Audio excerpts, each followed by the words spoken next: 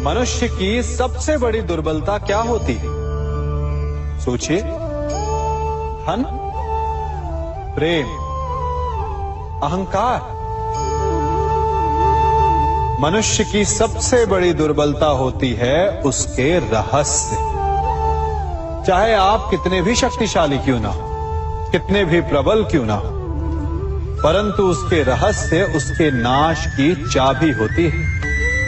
इसलिए यदि प्रबल रहना है, शक्तिशाली रहना है, समर्थ रहना है, तो अपने रहस्य को किसी को भी ना बताएं, ना मित्र को और ना ही शत्रु को, क्योंकि समय पड़ने पर कब कौन शत्रु हो जाए ऐसा कहना संभव नहीं। विभीषण को रावण के अमृत कुंड का ज्ञात था, इसीलिए प्रभु श्री राम रावण का वध करने में सफल हो सके। इसलिए उचित यही है कि आप अपने रहस्य को स्वयं तक ही सीमित रखें। मनुष्य का मन बड़ा विचित्र होता है, कल्पना में ही विकास करता है, संपन्न भविष्य का स्वप्न देखता है और कल्पना में ही जो नहीं हुआ उससे भय खाता है। और यही भय मनुष्य का सबसे बड़ा शत्रु है। हमारे भविष्य के मार्ग में, हमारे आनंद के मार्ग में सबसे बड़ी बाधा है। अब आप लोग मुझसे पूछेंगे कि इसका तोड़ क्या है, भय से मुक्ति कैसे पाई जाए? तो ये प्रश्न आप स्वयं से पूछिए। तनिक सोचिए, जब आप एक सुंदर भविष्य की कामना करते हैं तो उसे पाने के लिए आप परिश्रम करते हैं ना? ठीक उसी प्रकार भय से मुक्ति पाने के लिए आप उससे लड़ जाएं और उसका निवारण आपको स्वतः ही मिल जाएगा। इसलिए जब भी भय आपको सताए तो उससे भागे नहीं, उससे घबराए नहीं, क्योंकि भय का काम ही होता है आपको भयभीत करना। इसलिए जब भी भय आप पर आक्रमण करे तो आप भी उस पर पहले ही आक्रमण कर दें। हम सब मित्रों के साथ रहना चाहते हैं, शत्रुओं से दूर रहना चाहते हैं। क्यों? क्योंकि हमें जीवन में आनंद पाना है, जीवन में आगे बढ़ना है, स्वयं को संपन्न देखना है। और यदि किसी से भी आप पूछेंगे कि जीवन में सफलता पाने के लिए सबसे अधिक आवश्यकता किसकी होती है, तो हर एक आपको लगभग एक ही उत्तर देगा। सफलता प्राप्त करने के लिए आपको सच्चे मित्रों की आवश्यकता होती है। परंतु यदि आपको और अधिक सफल होना है तो आपको केवल मित्रों की नहीं, शत्रु की अधिक आवश्यकता है। अब आप कहेंगे, ये मैंने कैसी बात कर दी? तनिक स्वयं सोचिए। जब भी संकट आता है तो मित्र क्या करते हैं? आपकी सहायता करने के लिए आपके साथ खड़े हो जाते हैं और संकट के समय में शत्रु और बड़ा संकट बनकर हमारे समक्ष खड़े हो जाते हैं। मित्र हमें सहायता देते हैं, अपनी शक्ति देते हैं, परंतु शत्रु आपके भीतर छिपी शक्ति को बाहर लाता है, आपको और अधिक बलवान बनाता है। संगति या साथ, मित्र और साथी मनुष्य के व्यक्तित्व के लिए सबसे महत्वपूर्ण होते हैं। अब आप कहेंगे, ये कैसे? मनुष्य अवश्य अपने व्यक्तित्व के लिए उत्तरदायी होता है, परंतु मनुष्य संगति में ना चाहते हुए भी उसका व्यक्तित्व संगत की भांति हो जाता है। इन पात्रों को देख रहे हैं, मध्य में जल रखा है, इसमें दूध है और इसमें मलिन कीचड़ रखा है। यदि मैं इस जल को इस दूध में मिलाता हूं तो ये जल दूध बन जाता है, और यदि इसी जल को इस मलिन कीचड़ में मिलाता हूं तो क्या हुआ? ये जल कीचड़ बन गया।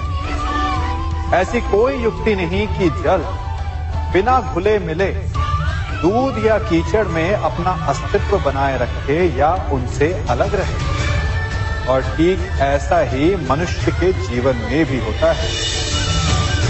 यदि एक गुणहीन व्यक्ति गुणवानों की संगत में बैठे तो उसे भी गुणवान समझा जाता है, सम्मान का पात्र समझा जाता है। और यदि एक गुणवान व्यक्ति गुणहीनों की संगत में बैठे तो उसे भी तिरस्कार मिलता है। इसलिए अपने जीवन में सदैव संगति सोच समझकर सावधानी से चुनिएगा। कभी खेत में किसी किसान को खेती करते देखा है? वो उसे सींचता है, उसे जोतता है, पशु पक्षियों से खेत की फसल की रक्षा करता है। परंतु एक बात का वो सबसे विशेष ध्यान रखता है कि कहीं खेत में खरपतवार ना उग जाए, क्योंकि एक खरपतवार खेत की सारी फसल को नष्ट कर सकती है।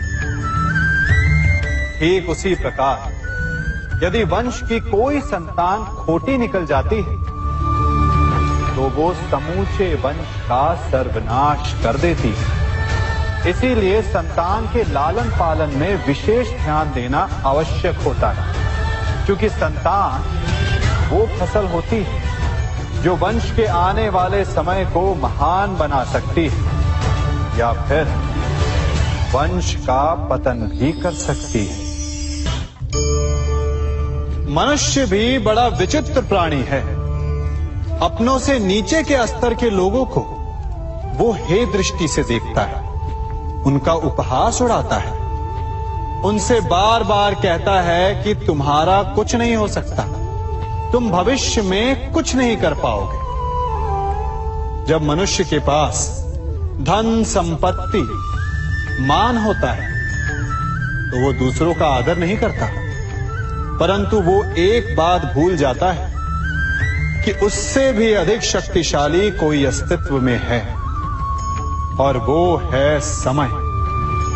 काल काल अपना चक्र कब बदलेगा ये कोई नहीं जानता। समय अपनी करवट कब लेगा ये कोई नहीं जानता। कोयला भी समय के साथ साथ हीरे में परिवर्तित हो जाता है। इसलिए जीवन में कभी भी किसी का भी उपहास नहीं उड़ाना चाहिए।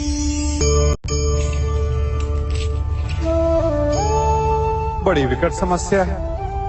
मुझे स्मरण ही नहीं हो रहा कि इस गुच्छे की कौन सी चाबी इस ताले को खोलेगी। बड़ी देर से प्रयास कर रहा, परंतु ये ताला खुल ही नहीं रहा।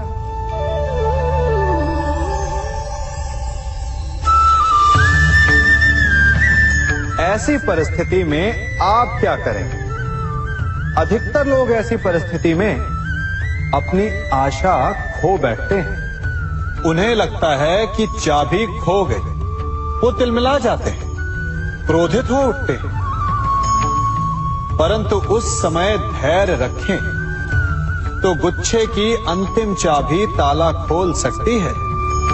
कुल्हाड़ी का अंतिम प्रहार वृक्ष को काट के गिरा देता है, परंतु क्या सत्य में कुल्हाड़ी का अंतिम प्रहार वृक्ष को काट के गिरा देता है? आपको आपका लक्ष्य दिला देता है? नहीं, आपका निरंतर प्रयत्न ही आपको सफलता दिलाता है। जब आपका मन निराश तो अपने कार्य में दुगनी उत्साह से जुट जाए, क्योंकि अनावरत बहता जल ही कठोर चट्टान को काट सकता है। सफलता का मूल है परिश्रम, प्रयास और आशा। मनुष्य का जीवन ऋतुओं के समान होता है। आज ग्रीष्म तो कल वर्षा, परसों शीत। तनिक संकट आया तो हम संयम खो बैठते हैं, तनिक ऋतु बदली तो हम अधीर हो जाते हैं। अपने आक्रोश में, अपने क्रोध में हम उनसे ही संबंध बिगाड़ लेते हैं जो हमारे अपने होते हैं। क्यों ऐसा होता है ना? हमें लगता है कि हमारे अपने फिर से मना लेंगे, परंतु स्मरण रखिए, सदा ऐसा करना संभव नहीं होता। सागर की उछलती लहरों को तट सहता है और यदि तट ही टूट जाए तो बाढ़ आ जाती है। हमारे संबंध भी दूध की भांति होते हैं। दूध तपकर उबल सकता है, परंतु यदि उसमें खटास आ जाए तो वो फट भी जाते हैं। और फटे दूध को चाहे जितना मत लो, उसमें से माखन नहीं निकलेगा। इसीलिए अपने संबंधों को संभल कर निभाना चाहिए।